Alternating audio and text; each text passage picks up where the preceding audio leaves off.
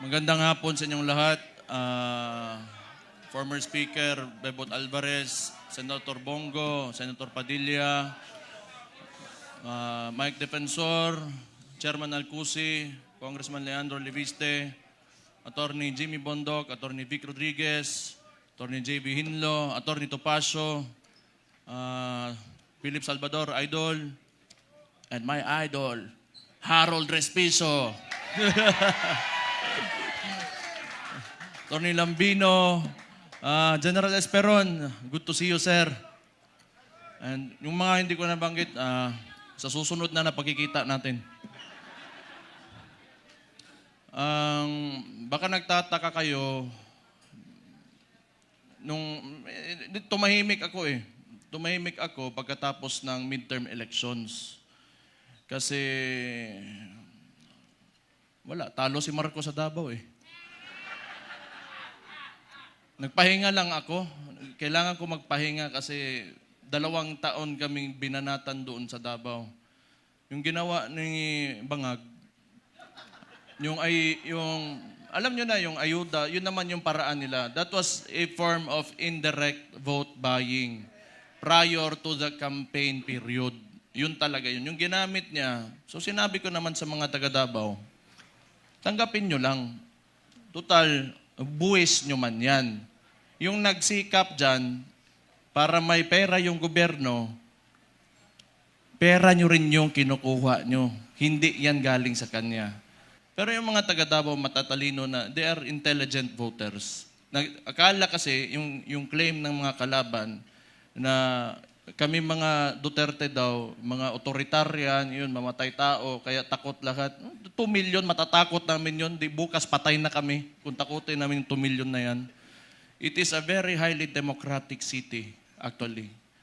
Pagka pumunta kayo, that is why, awa ng Diyos, pasalamat ako, sa Davao ako naging mayor kasi ang mga tao dyan, alam nila anong gagawin nila at mahal nila yung lugar nila. Kaya kahit pinahihirapan kami, okay lang man, politika. Tapos, Marcos lang. Alam naman natin sa tatay pa lang yan, kawatan.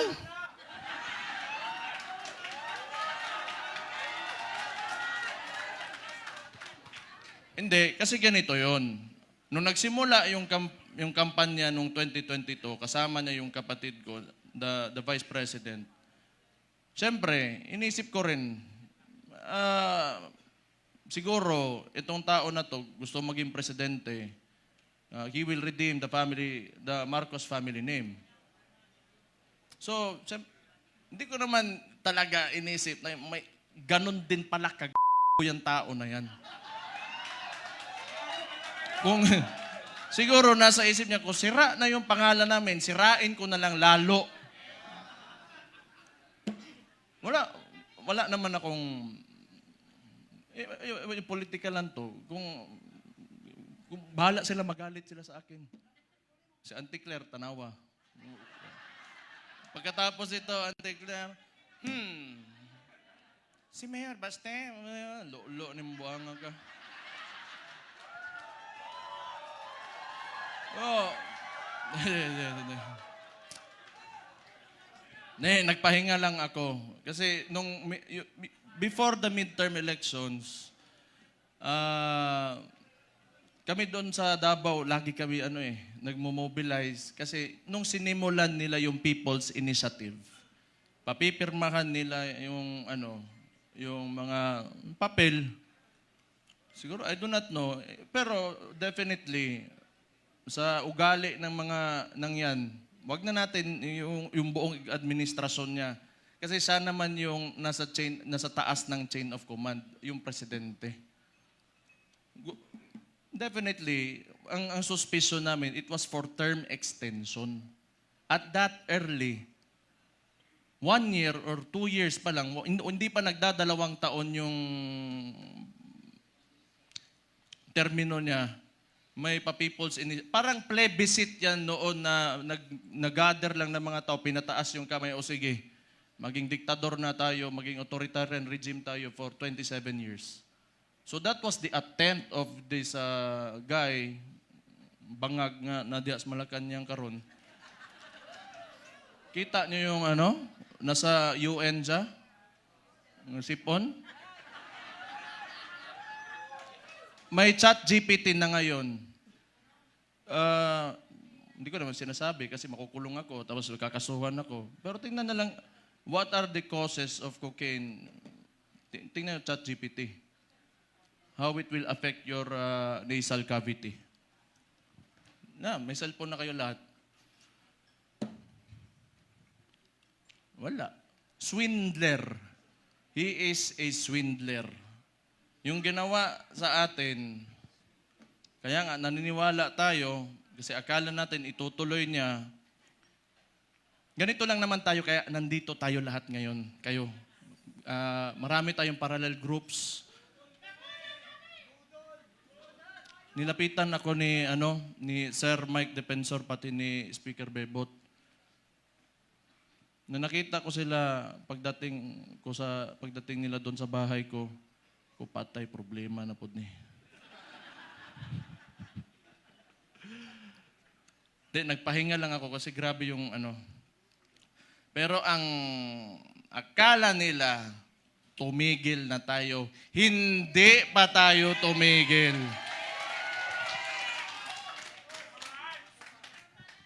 Anong gusto nila? Lalabas lahat ng ginawa nila.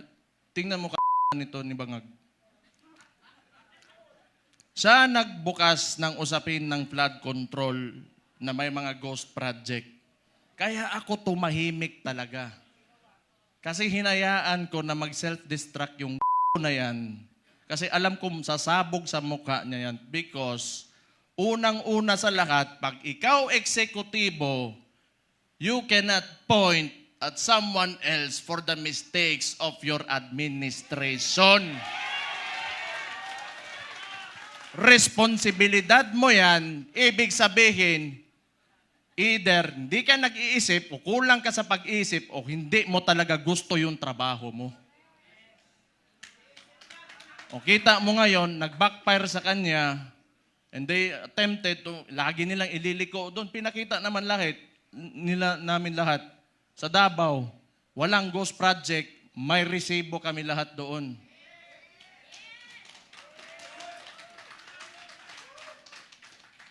Tingnan nyo, anong resulta ng ginawa nila? Kasi tinawag na natin yan, yung 2024 is the most corrupt budget or the 2025, yung sinabi ni Sid Ungab nung panahon. Hindi, lahat yan kasi siya yung nakaupo eh. The most corrupt. Bakit di sila makakilos ngayon na tumaas yung presyo ng langis? Walang pera. Bakit di nila kayang babaan yung VAT, yung panawagan ni Leandro Libiste? Di nila kaya kasi wala nang silang nanakawin pa.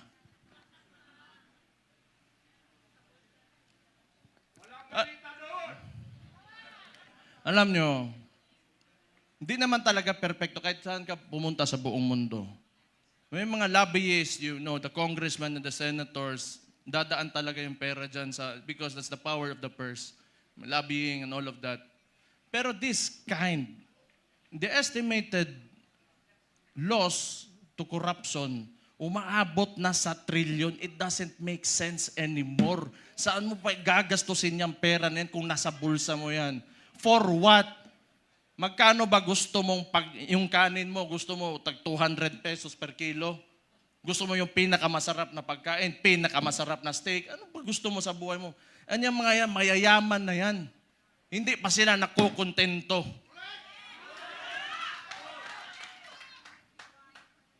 Hindi na lang maawa ba? Kita nyo yung mga matatanda na nagmamalingke sa umaga, magdadala ng bayong, tapos pahihirapan mo pa, ngayon tumataas presyo ng lahat. Hindi siya nakatingin sa pangkaraniwang Pilipino, ano ang buhay ng Pilipino. Ang tapos itong na to, patay na buguan eh. Gusto ko man yan, pag inita nila ako, Para ano naman, nagpahinga lang ako. Balik na naman tayo, patay na naman sila sa atin.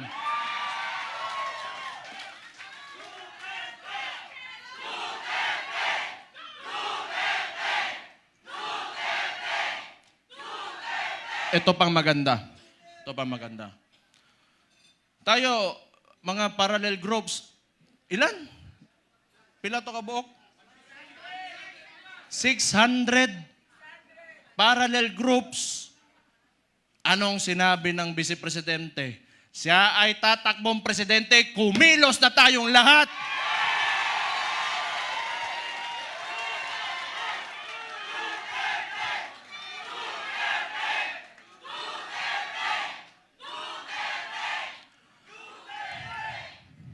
Ang gusto ng, ito ano ko lang, tingin ko lang naman ito kasi hindi ko rin naman talaga mahulaan kung ano nasa isip ng kapatid ko.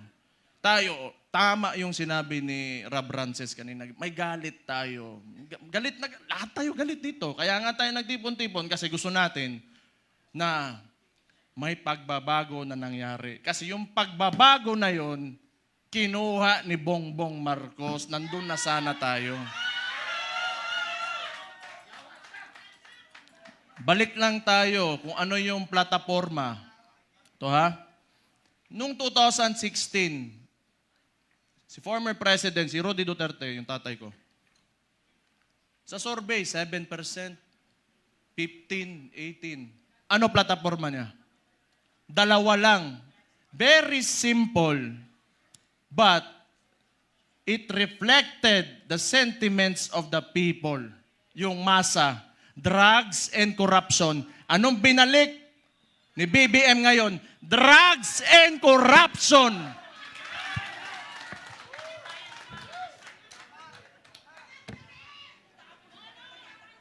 Sabi ng kapatid niya, hindi ako yun ha. O safe na ba ako, attorney? Sabi ng kapatid niya hindi ako nasabi nun di ba? Addict daw yung kapatid niya, ang maulagi na ba?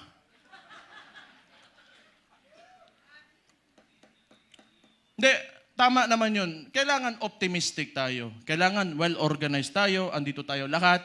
At mahalaga sa lahat, unified tayo. Yung may mga differences tayo kasi lahat tayo mayayabang may mga ugali yung mga DDS Di ba? Oh.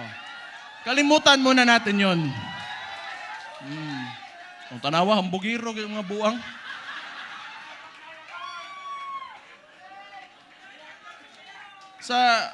Sa ngayon, kailangan organisado tayo. Kailangan kalimutan muna natin yung mga differences natin. Magkaisa tayo. At since nagdeklara na natatakbo yung principal natin, who is the Vice President, Sara Duterte, magsimula na tayong kumilos.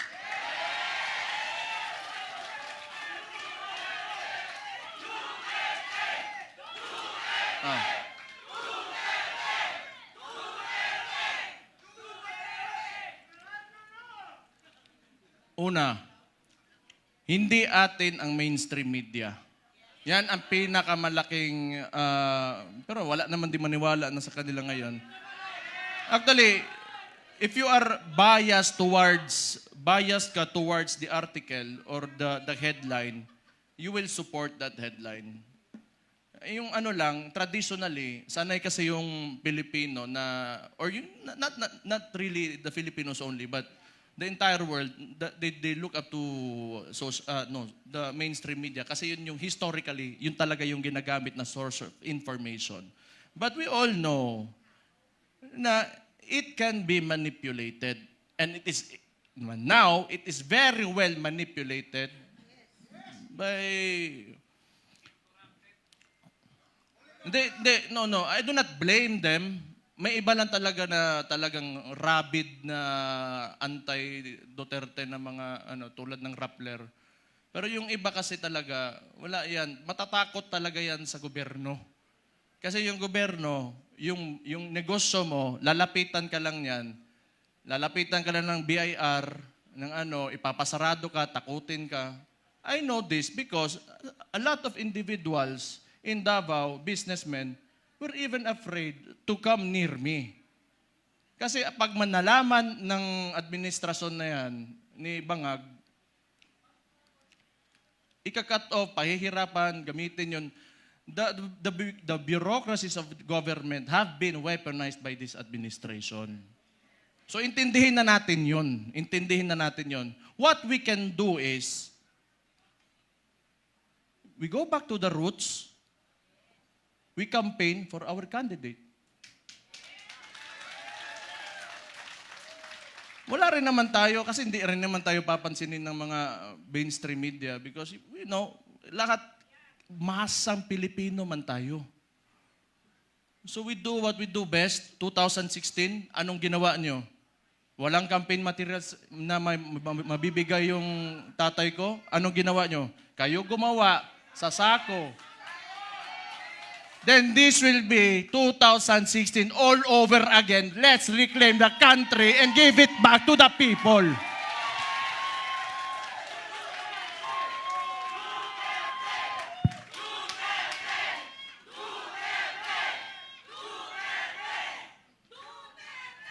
I just want to mention yung binanggit yung idol ko rin si Robin Hood Padilla kanina na totoo naman yung mga oligarko na yan. They are in control of, walang nawawalang oligarko sa buong mundo. Lahat ng nations in the entire world have oligarchs. Ito lang naman talaga. Kontrolado ba ng mga oligarko yung namumuno ng bansa? Yun ang mahirap. Ang kailangan natin, they have to be separate so that yung leader of that country can protect the people from exploitation of these oligarchs. Kaya hanggang ngayon, ayaw pa rin nila sa amin dahil binangga yan, walang iba kundi si Rody Duterte lang.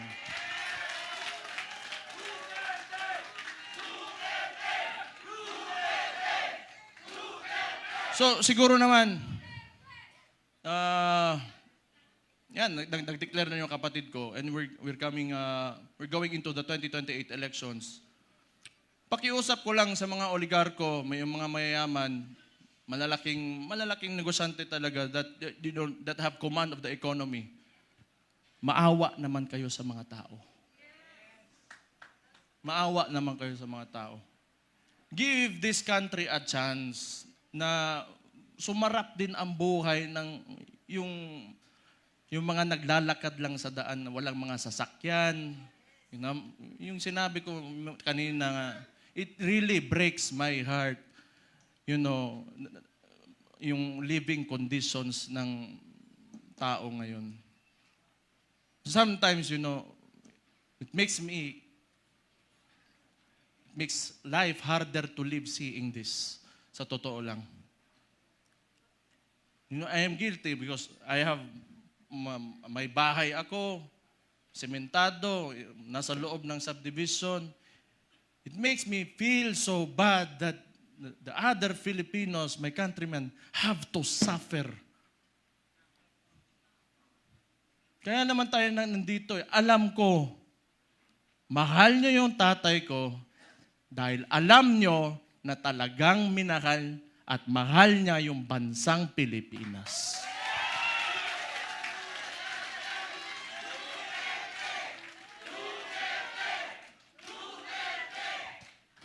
We have to,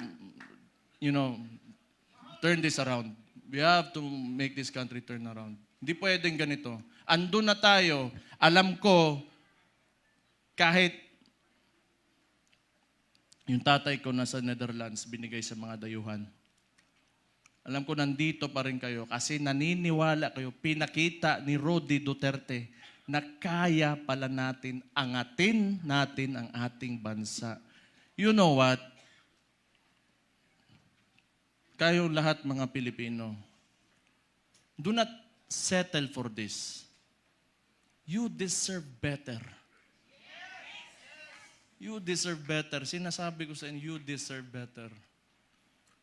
Kaya, be optimistic, maniwala kayo na we can take our country to greater heights. Sinasabi ko sa inyo, alam nyo na eh. Kaya nga nandito kayo, naniniwala kayo. Just hold on to it. And someday, awa ng Diyos, talagang may Diyos talaga. And may hustisya talaga. Makakamit natin ang Pilipinas natin na pinapanaginip natin.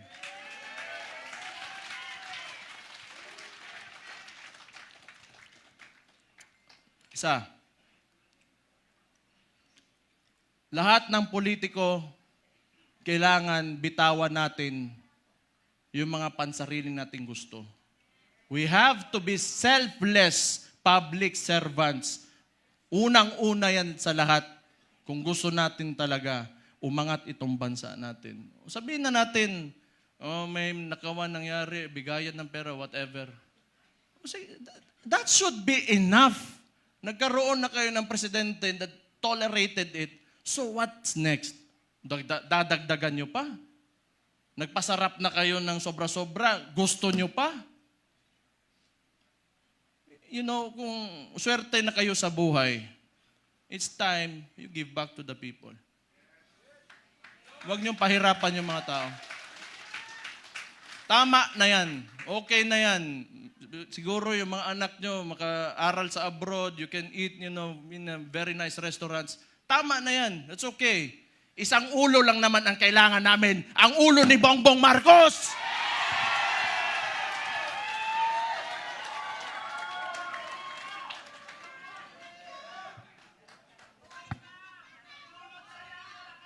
Kaya,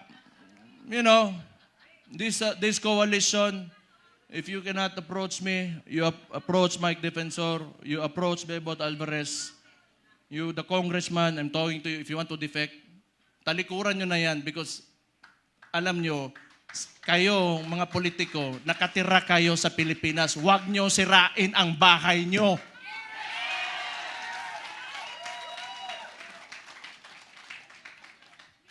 Tanawa, nasuko na po ko.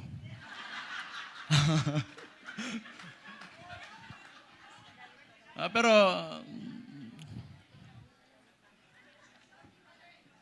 tama yun kasi si Martin, wala naman. Si Bongbong na ang sunod.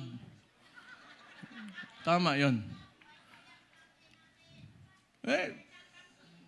Si Martin yung talagang mautak na marunong magmaniobra ng Congress eh. Ngayon, baka si Charis.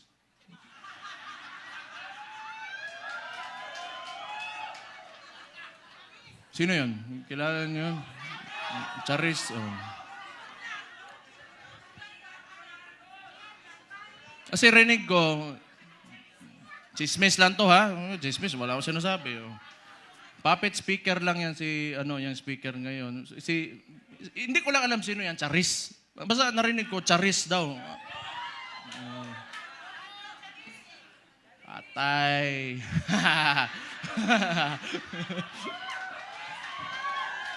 Hala mo diha. Basta ako, nagsalita na ako. Yun yung nasa puso ko, yun na nasa isipan ko. Kung maniwala kayo, okay. Hindi kayo maniwala, okay lang din.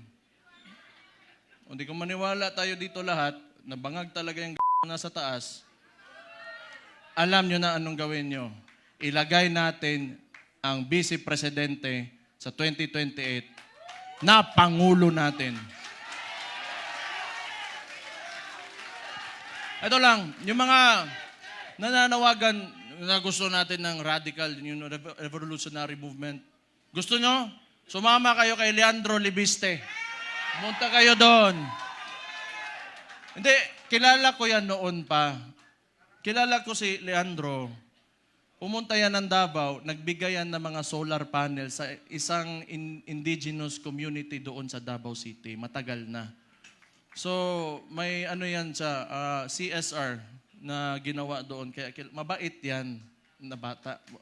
Mas matanda ako ng konti eh. Mabait yan si Kong. Mabait yan. Kaya yan naging ganon. Kasi alam mo yung mga mababait na tao, pag ginalit mo, patay ka talaga.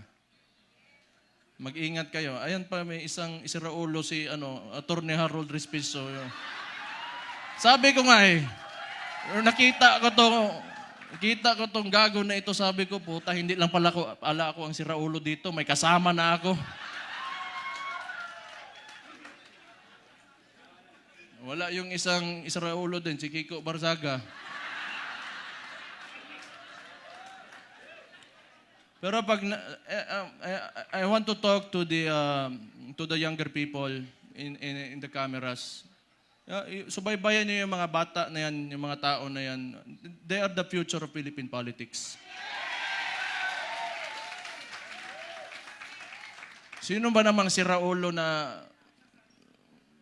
lalaban ng administrasyon, magiging opposition, lalo ng ganito kaabusado? You know, what seemed to me, yung ginawa nila sa tatay ko, was a state kidnapping. Yung mga bata na yan, di natatakot yan. We need people like them. We need people like them. May iba naman, diplomatic, parang si Senator Bongo. Okay yun. Hindi pwedeng lagi tayong galit lahat. Diba? Dapat may mabait din sa atin.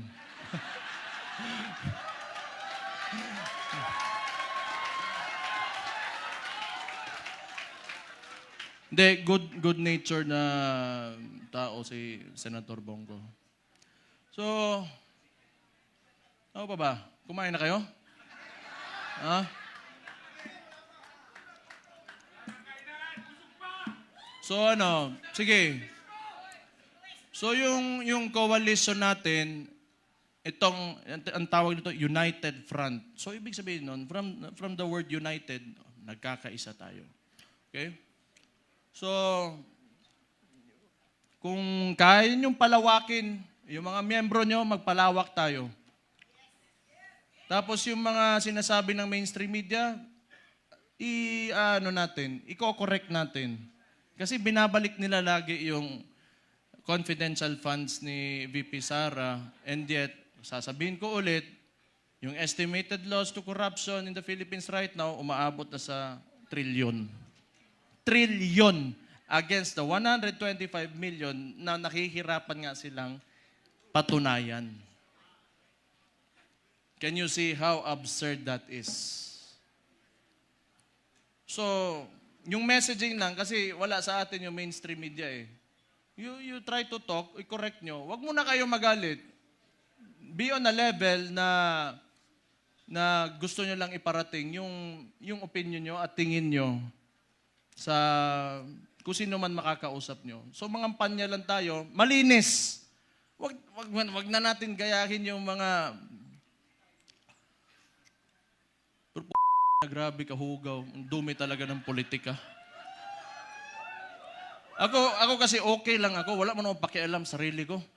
Wala talaga akong pakialam kung ano sabihin mo. Basta ako, ginagawa ko na yung trabaho ko. Pag yung araw na tumakbo ako dyan, tapos di ako nanalo, ibig sabihin tapos na ako.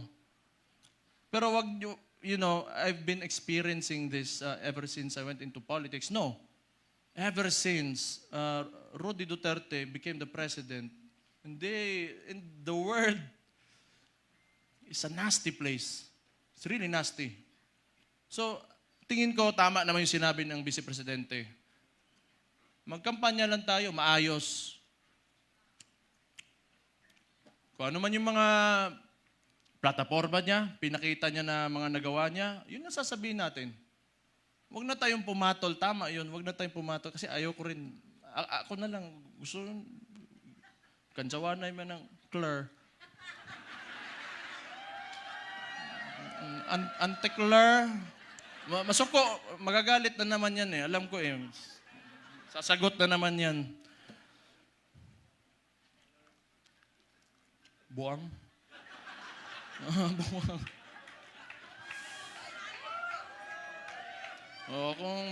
Kung baliw sila, baliw din ako. Ganun lang naman. Pero alam mo, yung observation ko lang, this is only my observation. Mahirap yung mga tao nakaupo sa, in a seat of power, tapos ganun yung ugali, na mahilig manggipit at mang-abuso ng mga maliliit na tao. Patay tayo dyan. Mahirap yan. Kaya ako rin, Gusto ko yung nilalabanan ko, malaki rin naman. Para kung makukulong man ako, matatanggal ako sa pagka-mayor ngayon, o mamamatay man ako, at least worthwhile yung ginawa ko at para sa sambayan ng mga Pilipino. They only pick on people na kaya nila eh. They only pick on people na kaya nila. Pero, hindi nila kaya ang masang Pilipino. That will never happen. Hindi nila kaya yan. Bukas na ang mga isipan at mga mata ng Pilipino ngayon. Bakit isa lang nagsasabi na tama? Kayo, hindi nyo alam?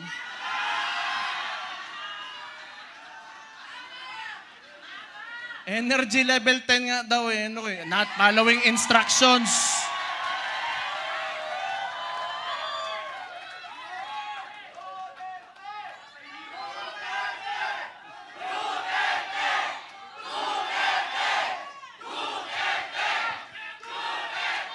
Kayo, nilalagay nyo talaga ako sa alanganin ba?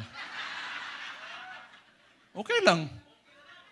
Alam nyo, yung tumakbo, yung tatakbo na yung tatay ko,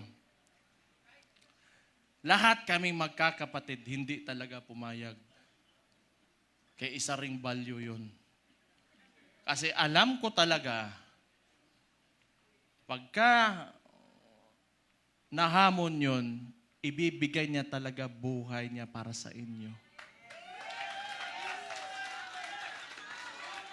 Kaya hindi kami pumayag. Pero siguro, tingin ko lang, hindi ko naman pwedeng hulaan yung ano na sa isip niya, mahal niya talaga kayo at yung bayan niya.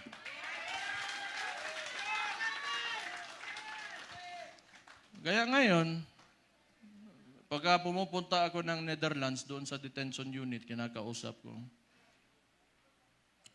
can never imagine someone would, like an actual individual in front of me that would actually give away his freedom and his life for his country. Kahit tatay ko siya, I am so amazed. And I am very, honored that he is my father.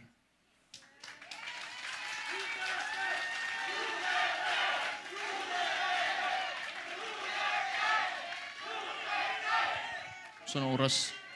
Saan oras ba eh?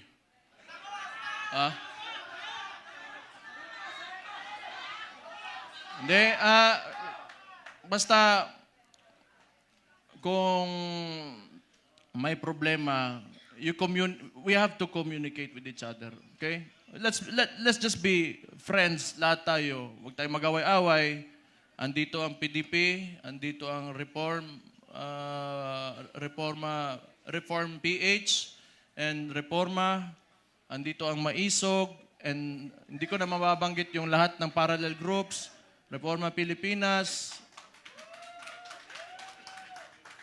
Magkaisa tayong lahat. It's time to move. Move with positivity and optimism. Let go of yourselves. Give your all for the country. Lahat ng gagawin natin, hindi para sa atin, kundi para sa bayan natin. Let's make this happen. 2 taon, 2028 na. Kaya natin to.